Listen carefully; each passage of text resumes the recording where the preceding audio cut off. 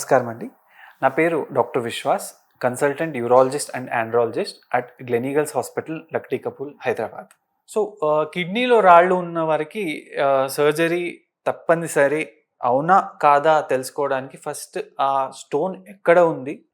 ఆ సైజ్ ఏంటి? దాన్ని బట్టి డిపెండ్ అవుతుంది. ఫస్ట్‌గా కిడ్నీ స్టోన్స్ అంటే కిడ్నీలోనే ఉంది. కానీ సైజ్ 10 కంటే ఎక్కువ ఉంది అంటే సర్జరీ తప్పనిసరి. ఎందుకంటే 10 అంటే 1 సెంటీమీటర్ ఉండే స్టోన్ యురేటర్ అనే చిన్న ట్యూబ్ ఏదైతే సైజ్ 4-5 ఉంటుందో పాస్ అవ్వడం చాలా అంటే చాలా కష్టం. సో, వాళ్ళకి సర్జరీ అయితే చిన్న సర్జరీ అయితే తప్పనిసరి. ముందు కాలంలో అయితే చాలా పెద్దగా కట్ చేసేవారు. ముందు నుంచి వెనక్కి వరకు కట్ చేసి ఆ స్టోన్ అనేది తీసి మళ్ళీ మొత్తం కుట్లేసేవారు. దీన్ని పైలోలిథోటమీ అనేవారు. కాకపోతే ఇప్పుడు అంతా లేజర్. సో, యూరిన్ దారిలోనే చిన్న కెమెరా వెళ్ళి అది ఏదైతే స్టోన్ ఉంటుందో దాన్ని డస్ట్ చేసేసి వితిన్ 1 డే డిశ్చార్జ్ అయిపోతారు. దీని కాంప్లికేషన్స్ లేదా అదర్ ఇష్యూస్ రావడం చాలా తక్కువ. So, this the safest procedure. Stone size 5 కంటే తక్కువ ఉందనుకోండి, we just advise water and urine alkalizer. So, potassium citrate అనే ఒక ఆల్కలైజర్‌తో మరియు వాటర్ 3-3.5 లీటర్స్ తాగితే ఈ స్టోన్స్ 5 కంటే తక్కువ ఉండే స్టోన్స్ ఫ్లష్ అయ్యే అవకాశాలు 80-90% ఉంటాయన్నమాట. నెక్స్ట్ వచ్చేసి ఆ యూరిన్ ట్యూబ్‌లో స్టక్ అయ్యుండే స్టోన్స్. సో, ఇక్కడ కూడా 5 కంటే తక్కువ ఉందనుకోండి స్టోన్, మనం జస్ట్ కన్జర్వేటివ్ మేనేజ్మెంట్ లేదా medical expulsive therapy, water, syrup and ఒక టాబ్లెట్ ఇస్తాం. టామ్సులోసిన్, ఒక ఆల్ఫా బ్లాకర్. అదేదైతే ట్యూబ్ ఉంటుందో దాన్ని రిలాక్స్ అవ్వడానికి. సో, ఈ మెడికల్ ఎక్స్‌పల్సివ్ థెరపీ ఒక 10-14 డేస్ మనం అడ్వైస్ చేస్తాం. 10-14 డేస్‌తో ఆ స్టోన్ ఫ్లష్ అయిందనుకోండి, వెల్ అండ్ గుడ్. ఒకవేళ ఫ్లష్ అవ్వలేదనుకో దాని అర్థం ఏంటంటే ఆ స్టోన్ అక్కడే ఇరుక్కొని ఉంది. ఒకసారి స్టోన్ ఇరుక్కొని ఉందంటే మనం ఎంత వాటర్ ఇచ్చినా, ఎంత టాబ్లెట్స్ ఇచ్చినా గానీ పాస్ అవ్వడం కష్టం. సో, అలాంటప్పుడు సేమ్ చిన్న లేజర్ ప్రొసీజర్ అవసరం పడుతుంది. ఇప్పుడు 5-10 ఉందనుకోండి, ఇవి అగైన్ పాస్ అవ్వచ్చు, అవ్వకపోవచ్చు. కానీ 10 కంటే ఎక్కువ ఉందనుకోండి, 1 సెంటీమీటర్ కంటే ఎక్కువ ఉందనుకోండి, ఇవి చాలా పెద్ద స్టోన్స్. సో, పాస్ అయ్యే ప్రసక్తే లేదు. ఛాన్సెస్ చాలా చాలా తక్కువ. అలాంటప్పుడు better to go for laser procedure at the earliest. ఎందుకంటే ఆ స్టోన్ అనేది ఎక్కువ రోజులు అక్కడే ఇరుక్కుందనుకోండి, కిడ్నీ పైన ఒత్తిడి పెరుగుతుంది. కిడ్నీలో నెఫ్రాన్ లాస్ అవుతుంది.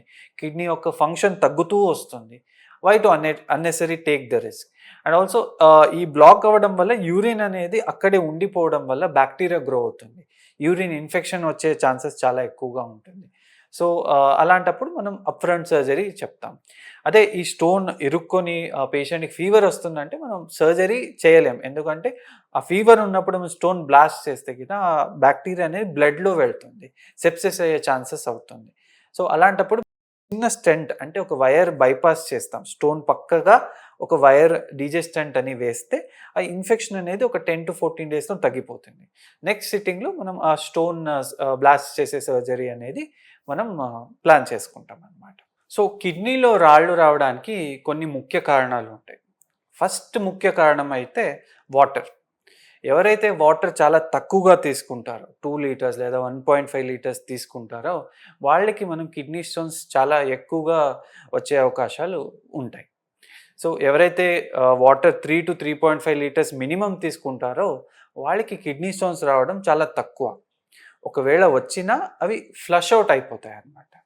అండ్ నెక్స్ట్ కామన్ రీజన్ వచ్చేసి హై ప్రోటీన్ డైట్. ఎవరైతే నాన్ వెజ్ చాలా ఎక్కువగా తింటుంటారో, రెడ్ మీట్, మటన్ గానీ, చికెన్ గానీ చాలా తరచుగా తీసుకోవడం వల్ల యూరిన్‌లో యూరిక్ యాసిడ్ పెరిగి వాళ్ళకి యూరిక్ యాసిడ్ స్టోన్స్ వచ్చే అవకాశాలు ఉంటాయి. Next dehydration. ఎవరైతే ఎక్కువ ఎండలో తిరుగుతుంటారో, ఎక్కువ ఫిజికల్ యాక్టివిటీ చేస్తారో వాళ్ళకి గూడా కిడ్నీ స్టోన్స్ రావటం చాలా కామన్. నెక్స్ట్ వచ్చేసి జెనెటిక్ రీజన్. సో, కొంతమందికి ఫ్యామిలీస్‌లో రన్ అవుతుంటాయి. వాళ్ళ పేరెంట్స్ గానీ, గ్రాండ్ మదర్స్ గానీ ఈ కిడ్నీ స్టోన్స్ ఉండడం వల్ల పిల్లల్లో గూడా జెనెటిక్ రీజన్ వల్ల కిడ్నీ స్టోన్స్ వచ్చే అవకాశాలు చాలా ఎక్కువగా ఉంటాయి. దెన్ లాస్ట్ వచ్చేసి మెటబాలిక్ రీజన్స్. షుగర్ గానీ, ఎవరికైతే ఒబేసిటీ ఉంటుందో ఇలాంటి వాళ్ళకి because of metabolic reasons kidney stones అయ్యే అవకాశం చాలా ఎక్కువగా ఉంటుంది.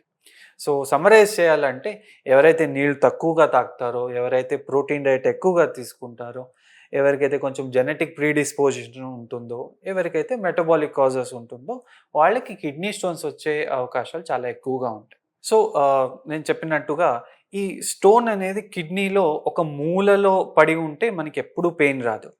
చాలామందికి స్టాగ్హార్న్ క్యాల్కులస్ అంటాం. స్టాగ్హార్న్ క్యాల్కులస్ అంటే 3 సెంటీమీటర్, 4 సెంటీమీటర్ పెద్ద పెద్ద stone. Kidney urine collecting system ఏదైతే ఉంటుందో అది మొత్తం ఆక్యుపై చేస్తుంది. కానీ వాళ్ళకి పెయిన్ అస్సలు రాదు. ఎందుకంటే ఇది ట్యూబ్‌లో వస్తేనే స్వెల్లింగ్ రావడం, కిడ్నీలో స్వెల్లింగ్ రావడం, పెయిన్ రావడం వస్తుంది. కిడ్నీలోనే ఆ సిస్టమ్‌లోనే ఉండడం వల్ల స్వెల్లింగ్ రాదు కాబట్టి ఈ పేషెంట్స్‌కి అస్సలు పెయిన్ రాదు. చాలామందికి జస్ట్ రొటీన్ హెల్త్ చెకప్స్‌లో అల్ట్రాసౌండ్ స్కాన్ చేసినప్పుడు ఈ పెద్ద పెద్ద స్టోన్స్ అనేది డిటెక్ట్ అవుతాయన్నమాట. సో, కొంచెమైనా మీకు ఇక్కడ సైడ్స్‌లో హెవీనెస్ అవ్వడము, లేదా అప్పుడప్పుడు యూరిన్‌లో మంట రావడం ఇలాంటి సమస్యలు ఉంటే వెంటనే ఒక చిన్న స్కాన్ గానీ, ఒక యూరిన్ టెస్ట్ గానీ చేస్తే మనం ఎర్లీ స్టేజెస్‌లో ఈ స్టోన్స్‌ని డిటెక్ట్ చేసి మనం ట్రీట్మెంట్ అనేది స్టార్ట్ చేయొచ్చు. అండ్ ఎప్పుడైతే చిన్న స్టోన్స్ ట్యూబ్‌లో స్టక్ అయిపోతే ఇమ్మీడియేట్‌గా ఆ పేషెంట్సే హాస్పిటల్ వస్తారు కాబట్టి అవి ట్రీట్మెంట్ మనం ఈజీగా చేయొచ్చు. ఏదైతే మిస్ అవుతాయో ఈ స్టాగ్హార్న్ క్యాల్కులస్ ఇవి మనం మిస్ అవ్వకూడదు. సో, ఎప్పుడైతే మీకు యూరిన్‌లో మంట కానీ, కొంచెం డిస్కంఫర్ట్ సైడ్స్‌లో అయితే ఒక చిన్న అల్ట్రాసౌండ్ చేయిస్తే మనం ఎర్లీ స్టేజెస్‌లో డిటెక్ట్ చేసి ట్రీట్మెంట్ చేయొచ్చు.